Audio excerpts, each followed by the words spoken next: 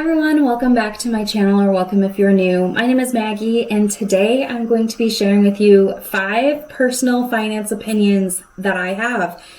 You don't have to agree with me. Maybe you do agree with me. It's all good. This is just kind of a fun video to start a conversation, and I just wanted to share maybe some of my own unpopular opinions that just apply to my personal finance journey. If they don't apply to you, totally cool, you do you. Let's just go ahead and jump right in. I have them on my phone so I don't forget, with a couple of notes. So my first opinion is that budgeting does not have to be fancy. You do not need a special workbook, you don't need a special app, you don't need anything really special to budget. It can make it easier, it can help you to kind of optimize your finances, but it's not required in order to actually budget. I like to budget on a Google spreadsheet, which is free. As long as you just have a Google account, which is also free to create, you can have a Google spreadsheet. I also like to budget on just lined paper, and I write it out, I draw columns, and it's exactly what I need for my expenses in my world that I'm living in. So you don't have to have anything fancy if you don't want to. I know that there are a ton of really cute and festive kind of themed or just really fancy, I guess you could say, spreadsheets that are available on Etsy or other places for sale, which I totally support. Go support them. That's our side hustle, but don't feel like you have to, go that route if you don't want to. Personal opinion number 2, Gazelle Intense is not for everybody.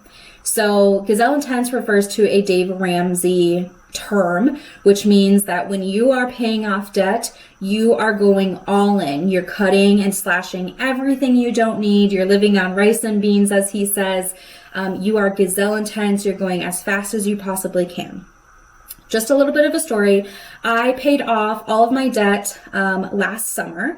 I had a car loan and I had some credit card debt that I needed to pay off. And I was Gazelle Intense then. It was like a game to me, which is kind of a positive mindset, by the way. But it was a game to me of how much can I put towards my debt this month? And I would put every penny or every dollar that I could find or extra that was left over in my budget, went towards it, just shoveled it on. And I did pay off my debt extremely fast that way.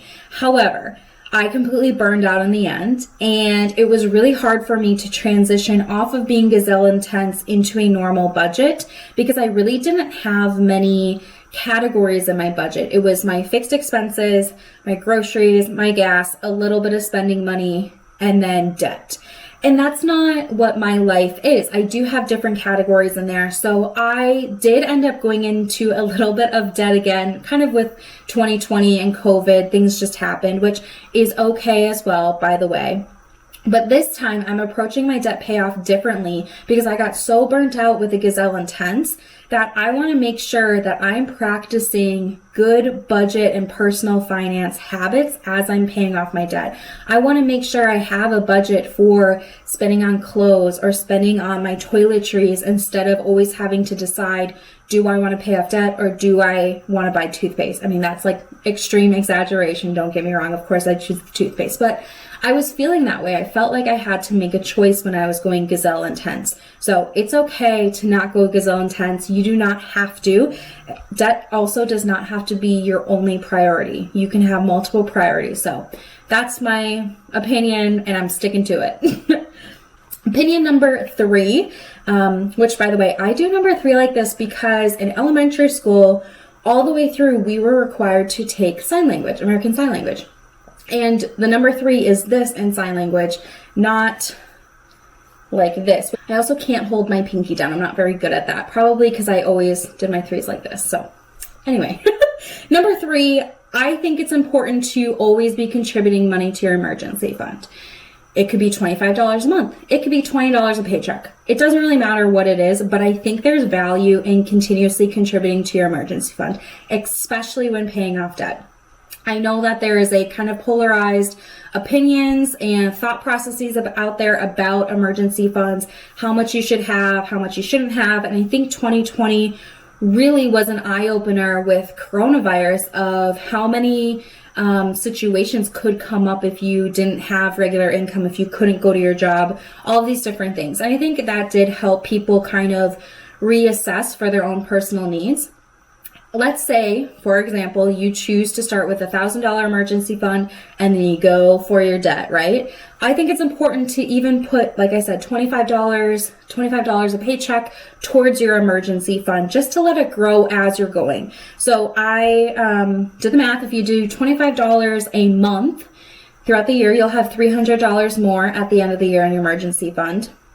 And if you do $25 a paycheck, assuming you get paid every other week, so you have 26 paychecks in a year, you'll have $650 in your emergency fund, $650 more than you did at the beginning of the year. And I'm just saying $25 is not going to make that big of a difference if you're saving it or if you're paying off debt. I really think that there's value in building that emergency fund over time, even if you're paying off debt, even if you're saving for a home or whatever you're doing, just throw a little bit at it so that it's always kind of growing for you. Also put it in a high interest savings account so that it's growing money for you as well. But that's just something that I think is important and I would totally recommend. Okay, number 4, I'm going to get some haters for this. I'm sorry, but cash is overrated. I totally get the value of cash, and I've heard so many people talk about how your brain works and how it recognizes the pain sensors with having to give up dollars. And I do get that. It definitely does feel different when you use cash. However, because I am a cashless spender, I use a debit card or credit card responsibly. When I have cash, it's like free money. It's not in my bank accounts. Nobody knows I had cash, and I never end up saving it. I am always like, oh, I've got $20 here. And I buy something or I go out to eat and I just do something with that money that wasn't maybe my goals or my priorities. So because I'm not a cashless spender, cash is just not good for me. I don't know. I'm just not in the cash bucket. The other thing why I do appreciate using a card over cash is you have that transaction record. So if I lose my receipt, or if I'm not able to get my receipt, or if I forget to get my receipt, for whatever reason I don't have a receipt, I can log into my bank account if it's a debit card, or to my credit card account and see exactly how much it was, where it was. And that's something that I've used time and time again. I'm just not always thinking about receipts. And that way I get an accurate picture of what's going on. So for me, for my kind of bank account structure, I have one separate bank account with one debit card linked to it. That debit card is only linked to that account. It's not like linked to my other accounts or anything. And that is like my spending account. So I put my grocery money, my gas money, and then my spending money in there. I give myself a weekly allowance. I have budget videos explaining all of this. I'll link them down below, by the way. So I put that weekly amount. I give myself an allowance every Friday, put that in my debit card, and that's what I get. And I can swipe and I can use it anywhere I want. But having that card is nice and easy and convenient. You can use it online and you don't have to go to the bank to transfer money back into your account. It's easier for me. So number 4, cash is overrated. All right, number 5, my last one, is that buying coffee and doing little things like that, little expenses, is not always what's going to make you go broke. So it is, of course, if you're buying coffee or eating lunch out or eating dinner out every single night, yes, that is more expensive than doing some of those activities, especially food related, at home. However, buying a coffee every single day is not going to be the reason why you're not a millionaire. Buying a coffee every single day is not going to be the reason why you can't afford a down payment on your home, okay? It just mathematically is not going to be the reason. So let's say a coffee costs $4.25. Let's say that you get a coffee every day of the work week, so 5 days a week. Let's say you go to work every single week. We're not going to even skip a day. We'll say 52 weeks. That's $1,105 for the entire year. Let's say that you're saving for a down payment for a home. That's typically 20% of your home value in what you're going to spend on it. So if you're buying a $200,000 home, just to make it a nice number, times 20%, that's $40,000. So $1,105 is not going to be the reason why you didn't save $40,000. Yes, if you cut it out, you could get to $40,000 sooner, but that's not going to be the only reason why you didn't get there. There's going to be a variety of things. So I guess what I'm trying to say is that those small expenses like coffee or like having a soda or a candy bar or whatever it is, those little things aren't great daily habits. I agree with that. But cutting them out altogether really, in the grand scheme of things, isn't adding up to much. Something I do in my budget recap videos is I talk about my budgeted column, I have my actual column, and then I also have a percentage. I like to calculate the percent of that category that my money went to. So let's say for the month, my total income was $4,000 after all things were said and done, and my mortgage is $1,000. 25% of my money went to my mortgage.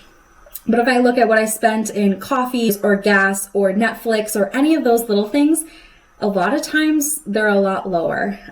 For me, my Netflix, my Spotify, they barely even make up a percentage at the end of the year. So it's not worth to me canceling those services to save money, because it's really not that much of what my money is going to. I would rather focus my attention on the things that are sucking in a ton of money, like your insurance policies for your car insurance or home insurance. Those are always easy to negotiate or switch companies to get a better rate. Or maybe your rent is too high or your mortgage is too high and you need to kind of reevaluate. Those are the things that I personally find easier to control and manipulate and actually see like instant reward out of, instead of cutting Netflix, which only is going to give me 1% back of my total income. Like, it just doesn't always make sense mathematically. So anyway, that was kind of a rambly last one, but what I'm trying to say is those small purchases don't make or break you. They just don't. So those are my 5 personal finance opinions. Like I said at the beginning, you may or may not agree with me. That is totally fine. We're still going to be friends. I would love to know your personal finance opinions. If you have anything out there that's maybe you're kind of scared to say, let me know down below. We're all friends here. We're all going to be nice. I will be monitoring, but I don't think I'll have any issues because you guys are great. So thank you for watching, and I'll see you guys in my next one. Bye.